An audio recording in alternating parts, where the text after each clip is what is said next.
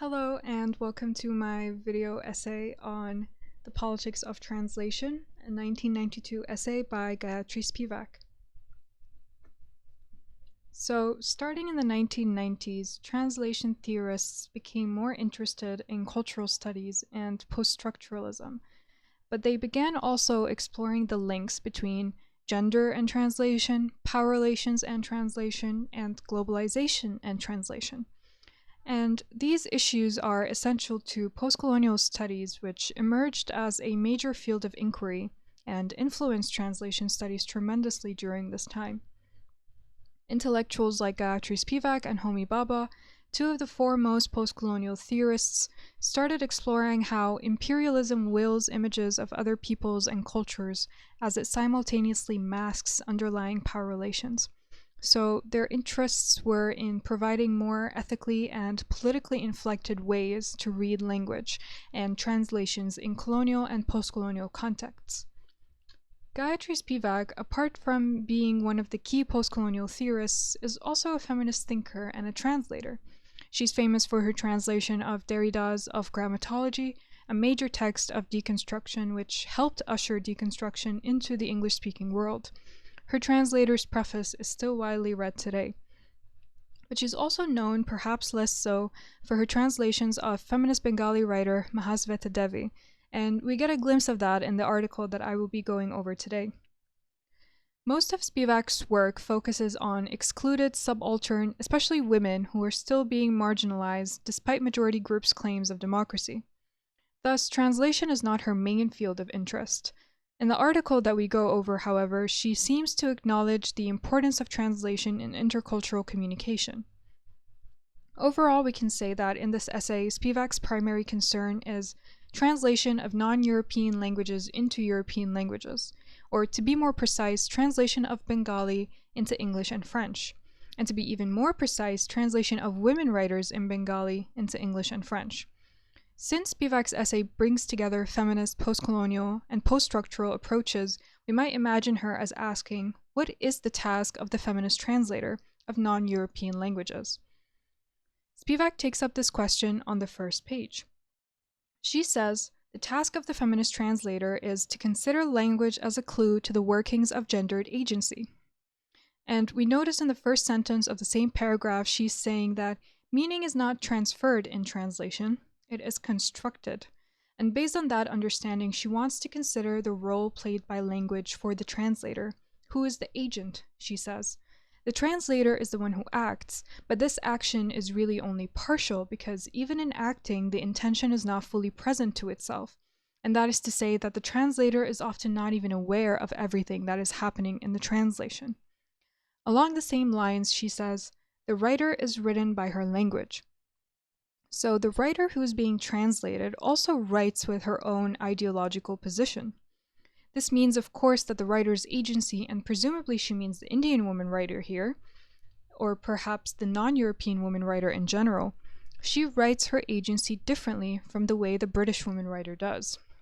Why? Well, simply because the historical context is different. So the question is, how can a translator translate with this in mind? This is what she asks next. Spivak says, how does the translator attend to the specificity of the language she translates? There is a way in which the rhetorical nature of every language disrupts its logical systematicity. If we emphasize the logical at the expense of these rhetorical interferences, we remain safe. Safety is the appropriate term here, because we are talking of risks of violence to the translating medium. So here she is already setting up a kind of duality in language, logic and rhetoric. So we might be asking, well, what is a logical translation? Well, quite simply, as she is saying here, the logical translation is the safe translation, the translation that does not take risks. It goes along with the majority. It is the translation that ignores the rhetorical aspect of the language. And on the other side, we have rhetoric. And rhetoric disrupts logic. It interferes with it, and so the rhetorical translation is risky. But risky how, or risky why? And that's because it doesn't go along with the majority, or with the dominant norms. And now she wants to give an example, which she takes from her own preface. She says, quote, I must overcome what I was taught in school. the highest mark for the most accurate collection of synonyms strung together in the most proximate syntax. I must resist both the solemnity of chaste Victorian poetic prose and the forced simplicity of plain English that have imposed themselves as the norm. The term impose here is very important. And then she says, translation is the most intimate act of reading. I surrender to the text when I translate. So what does she mean by surrendering to the text? She means paying attention to the rhetoric of the language, and this of course means rejecting the logical translation, or the kind of translation that she learned in school, as she's saying here. So first we should ask, so what happens when we translate logically, and how can we avoid it? This she takes up in the next paragraph, where she says that when we translate logically and ignore the rhetoricity of the text, we flatten it out, and we are taking an instrumental approach to language, which has the political implication of attempting to control the other and control how they are represented. So the attempt of controlling language means trying to render the incomprehensible more manageable, in the sense of making something more communicable. So when Spivak says, quote, yet in translation, where meaning hops into the spacey emptiness between two named historical languages, we get perilously close to it. Close to what? Close to control. If translation is the space where meaning is constructed, how must we avoid this penchant for control? She says that we must give up control by going beyond the logic so that we can pay attention to the rhetoric. And this, she says, permits fraying. The word fraying here, or frayage, is important because it means breaking new paths, and this creates new meaning outside of the colonial colonized binary representation. And as a side note, the word frayage is actually Derrida's translation of Freud's word Pannung in the German, so the word itself is steeped in psychoanalysis and philosophy. But continuing with the difference between logic and rhetoric, on the next page she says, logic allows us to jump from word to word by means of clearly indicated connections. Rhetoric must work in the silence between and around words in order to see what works and how much. So, unlike logic, rhetoric accounts for silences, which is part of the three-tiered notion of language, comprising of rhetoric, logic, and silence, which is a post-structuralist idea about language, as she herself points out. We'll see this where she writes later, quote, without a sense of the rhetoricity of language, a species of neocolonialist construction of the non-Western scene is afoot. So here she's saying that the logical translation is not a responsible translation. And this is something that she's already been suggesting throughout the essay, but here she says it more clearly. And that is that the logical translations, or translations that make the text accessible for North American or European readers, participates in Orientalism because it affirms relations of domination. If we read the following two paragraphs, we see that she directs her criticism to North American and European feminists who expect feminist writings from outside Europe to be translated into English, the language of power, and she also criticizes the European notion that all non-European literatures are the same. On the next page she says, this happens when all the literature of the Third World gets translated into a sort of with it translatees, so that the literature by a woman in Palestine begins to resemble, in the feel of its prose, something by a man in Taiwan. So these are logical translations because there is no attention to differences and no attention to rhetoric. And she gives a good example of the difference between logical and rhetorical translation, where she talks about the difference between two translations of Mahasvita Devi's short story. We have Spivak's translation as breast giver, which is the risky translation, and the other translator's more common and therefore safe translation as the wet nurse. And the wet nurse is safe because it is readily understandable for English speakers. But its being readily understandable has its consequences, and because the wet nurse, Spivak says, overlooks the way Devi in the original title chose to construct an uncanny word. And in contrast, Spivak's translation as breast giver is not readily understandable. It's shocking in a way, so it echoes the uncanniness of the original, while it bears traces of its Marxian and Freudian connotations. So what we should see is that the translation as wet nurse erases all of that. It flattens the original out, and this is the cost of making a text accessible. And this is all happening in just the title of a work. So how does this play out in the body of a work? This is what Spivak turns to next. She starts comparing her own translation of 18th century poetry by Ram Prasad with the translation into French by a French wife of a Bengali painter who translated it to accompany her husband's painting based on Ram Prasad's poetry. This specific poem is a song to Kali, who is a Hindu mother goddess.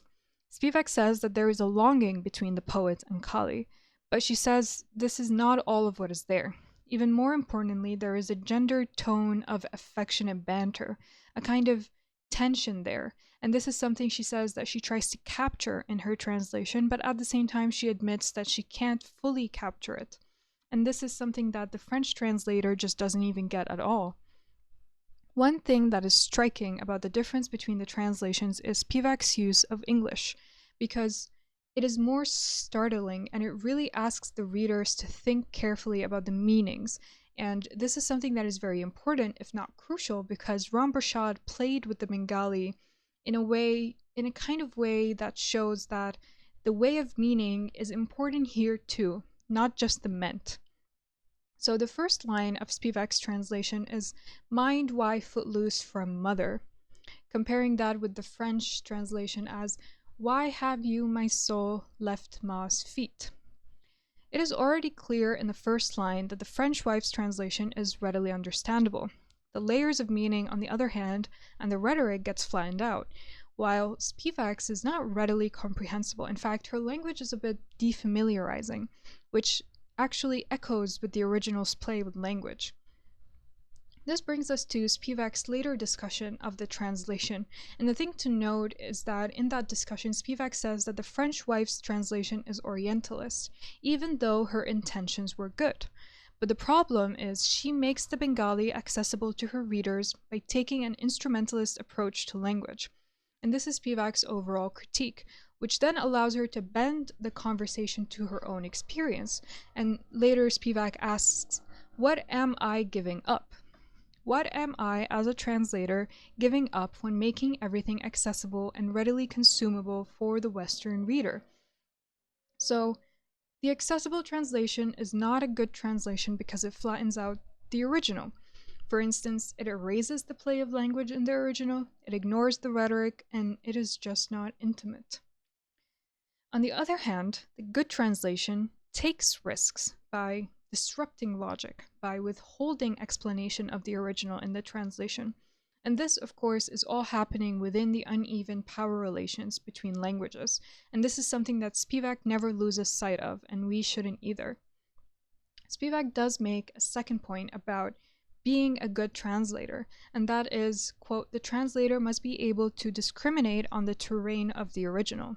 So, in other words, the translator needs to understand how to choose a text to translate, because all non-Euro-American texts are not the same, and even not all the texts in, say, Bengali are not the same, and yet they are perceived that way.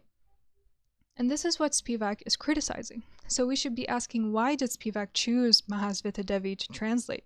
And she gives us her answer in the next page, and she says that the reason she chose Devi is because Devi is against the majority in India. She is a minority voice and thus cannot represent all of India. So this goes against the way people in North America and Europe see any third world writer as being necessarily representative of their nation or of the third world in general. So Spivak's decision to translate Devi affirms plurality as it affirms difference.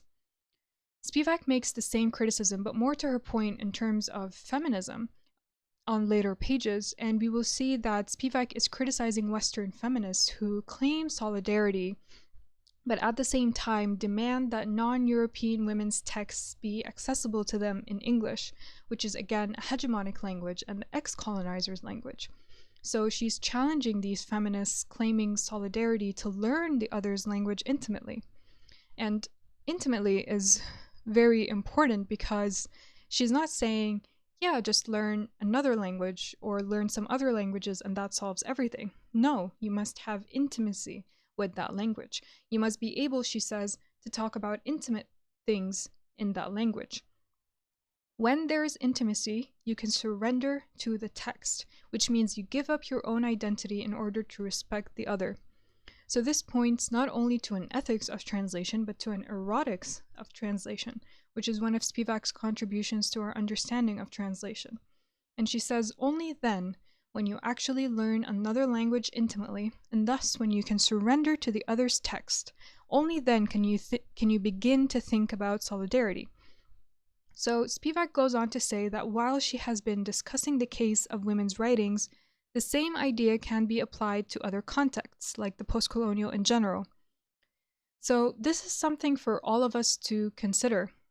If we are translating a text from a postcolonial region or a text from a minority or marginalized language or dialect, the question becomes, are we making the text accessible to the dominant language?